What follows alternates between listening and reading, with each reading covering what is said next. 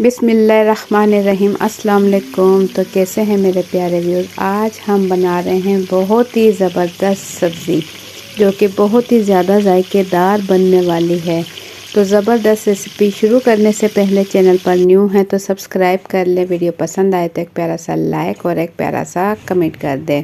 तो video skip किए बगैर पूरी देखिएगा ताकि आप जान सकें कि ये ज़बरदस्त टिंडे की सब्ज़ी हम कैसे तैयार करने वाले हैं, जो कि ऐसी बने कि खाने वाले उंगलियां चाटते रह जाएं। इतनी ज़बरदस्त और जायकेदार ये सब्ज़ी बनने वाली है। तो झटपट से बगैर टाइम ज़ाय के बहुत ही ज़बरदस्त जायके और सेहत से भरपूर टिंडे की सब्ज़ी की रेसिपी शुरू करते हैं। बिस्मिल्लाहिर्रहमानिर्रहीम। तो सब्ज़ी बनाने के लिए यहाँ मैंने टिंडे ले लिए हैं 1 किलो। एक टिंडे होते हैं जिसका छिलका सख्त होता है और बीज भी उसके सख्त होते हैं, लेकिन ये जो टिंडे हैं इसका छिलका बिल्कुल ही नरम होता है और अंदर बीज भी इसके नरम होते हैं। तो ये बहुत ही जल्दी कम टाइम में पक भी जाता है और इसका छिलका बहुत ही आसानी आप छुरी की मदद से खुरच कर इस तरीके से इसका छिलका उतार सकते हो। इसमें बिल्कुल टाइम नहीं लगता इसके पकने में भी और इसके कटिंग करने में भी। तो आगे और पीछे की इस तरीके से कटिंग करने के बाद छिलका छुरी की मदद से इस तरीके से खुरच कर उतार लें और ये टिंडे बिल्कुल साफ़ हो जाएंगे। इस तरीके से छिलका उतारने के बाद इसे हम धोएंगे और धोने के बाद ये देखें इस तरीके से कट का निशान लगा लेंगे, यानी कि एक टिंडे में 2 साइड पर हम छुरी से कट का निशान लगाएंगे, यानी कि एक टिंडे से 4 हिस्से इसके हो जाएंगे।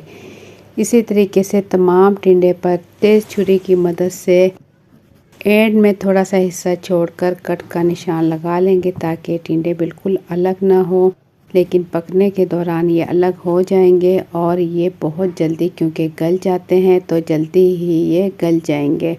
तो इस तरीके से आप बनाएं, बहुत ही जायकेदार और मज़ेदार बनेंगे। एक मरतबा मेरी रेसिपी से ज़रूर ट्राई कीजिए। अगर आपको ये कहीं से टिंडे मिलते हैं तो इसे मेरी रेसिपी से ज़रूर बना कर खाइएगा, तो आप इंशाल्लाह जो है ना दुआएं दोगे। इतने मज़ेदार ये टिंडे तैयार होने वाले हैं।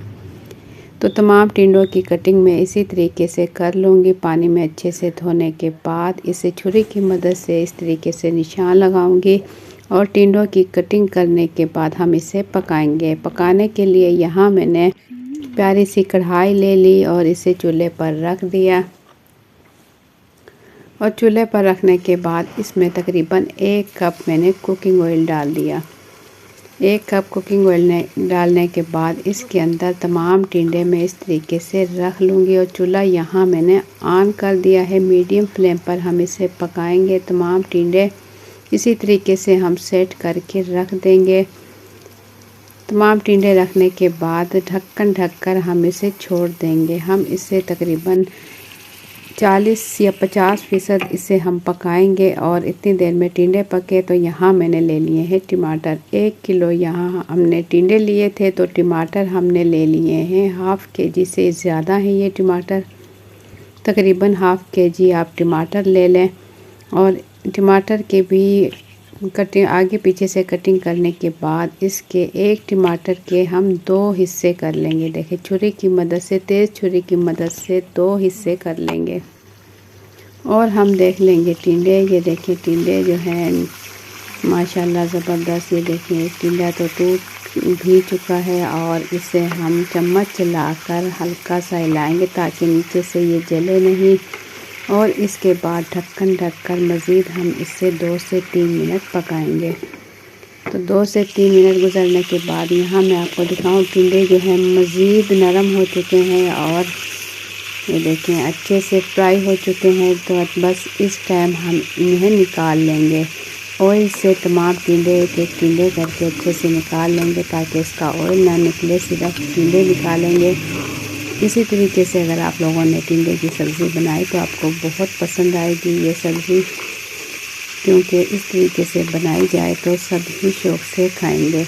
तो तमाम टिंडे मैं इसे फ्राई करने के बाद निकाल लूँगी। इसके बाद इसी कढ़ाई में और इसी ऑयल में हम रख देंगे टमाटर। टमाटर जो हमने हाफ़ किए हैं, 1 टमाटर से 2 हिस्से किए हैं।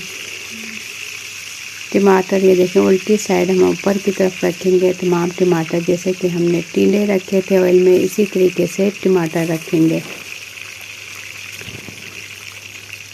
तमाम टमाटर रखने के बाद ढक्कन ढककर छोड़ देंगे ताकि टमाटर नरम हो जाए और टमाटर फ्राई हो जाए। तो इतनी देर में हमारे टमाटर फ्राई हो, यहाँ हम ले लेंगे कच्ची प्याज। आजकल कच्ची प्याज आई हुई है, बहुत ही ज़बरदस्त इसकी खुशबू बनती है और बहुत ज़्यादा फ़ायदा रखती है ये कच्ची प्याज। तो कच्ची प्याज आए तो आप इसे लाजमी इस्तेमाल करें सब्ज़ियों में। एक तो ये वाइट और ग्रीन होती है, जिस तरीके से ये खूबसूरत होती है इसी तरीके से ये बेपनाह फ़ायदा रखती है। तो इस तरीके से बिल्कुल बारीक बारीक कटिंग बोर्ड पर रख कर हम इसकी बिल्कुल बारीक बारीक कटिंग कर लेंगे। 4 से 5 प्याज ले लें। कच्ची प्याज मेरे पास ये मीडियम साइज़ की प्याज थी। इस तरीके से हम इसकी कटिंग कर लेंगे। जो इसके साफ साफ पत्ते हैं, प्यारे प्यारे पत्ते हैं, उसकी कटिंग हम प्याज के साथ कर लेंगे। बाकी के जो थोड़े से ख़राब पत्ते हैं उससे हम निकाल देंगे।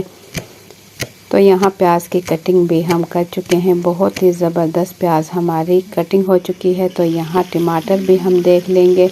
टमाटर तकरीबन 3 से 4 मिनट ही गुजरे हैं। तो ये देखें माशाल्लाह से ऑयल इसका ऊपर आने लगा है और टमाटर के छिलके फूल कर बिल्कुल नरम हो चुके हैं।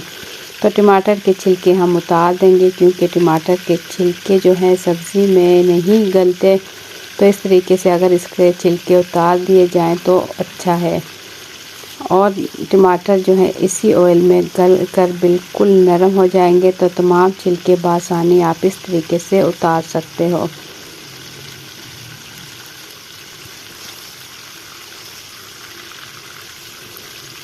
ये देखा बहुत ही आसानी के साथ तमाम छिलके जो टमाटर के हैं मैं उतार लूँगी। और इसके बाद हम इसे, अगर टमाटर यहाँ पर आप लोगों को लगता है कि सही नहीं पके हैं तो इसे मज़ीद आप 1 से 2 मिनट ढक्कन ढककर पकाएं ताकि ये अच्छे से गल जाएं। जब अच्छे से गल जाएंगे तो इसे हम आसानी पीस सकेंगे। टमाटर यहाँ पर तकरीबन रेडी हो चुके हैं। तो तमाम छिलके उतारने के बाद या तो आप आलू मैश करने वाला उससे भी मैश कर सकते हो, या फिर कोई भी चमचा लेकर, जो कि चमचा थोड़ा सा सख्त हो, उस चमचे की मदद से आप इसे बआसानी जो है पीस सकते हो। तो यहाँ पर मैं चमचा ले लूँगी, थोड़ा सा जो हार्ड चमचा है इसे हल्के हल्के हाथों से देखें इस तरीके से दबाऊँगी तो टमाटर माशाल्लाह जो है अच्छे से गल चुके हैं। और इसे मैं हल्का हल्का पीस कर मिक्स कर लूँगी।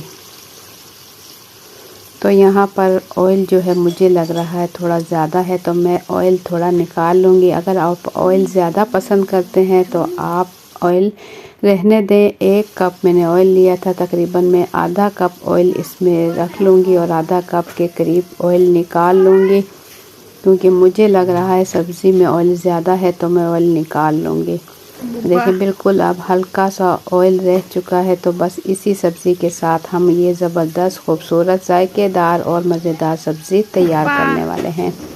तो यहाँ पर अगर आप लोगों को मेरी वीडियो ज़रा सी भी पसंद आए तो एक प्यारा सा लाइक कर लें। चैनल पर न्यू हैं तो सब्सक्राइब कर लें।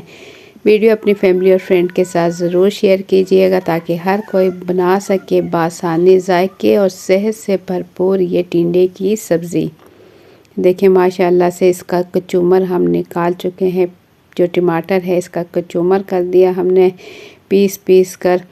और इसके बाद हम इसमें मसाले ऐड करेंगे। बहुत ही कम टाइम में बनने वाली सब्ज़ी, कटिंग के दौरान ही आप सब्ज़ी की कटिंग करते रहें, जैसे कि हरे मिर्च, हरा धनिया, प्याज वगैरह की, और सब्ज़ी एक साइड पर चढ़ाकर बआसानी आप कम टाइम में ये सब्ज़ी तैयार कर सकते हो। तो टमाटर का ज़बरदस्त पेस्ट तैयार हो चुका है। इस टाइम हम इसमें डाल देंगे कच्ची प्याज। इसे हम लोग आल की प्याज भी कहते हैं, कच्ची प्याज भी कहते हैं। ये इसके अंदर डाल देंगे। ये प्याज डालने के बाद अब इसमें डाल देंगे अदरक लहसुन का पेस्ट 2 चाय के चम्मच तकरीबन, और इसे अच्छा सा मिक्स करेंगे। हल्का सा इसे भून लेंगे। हल्का सा भूनने के बाद इसके अंदर बाकी के मसाले ऐड करेंगे, स्पाइसेस ऐड करेंगे, जिससे कि हमारा सालन चटपटा मज़ेदार तैयार हो।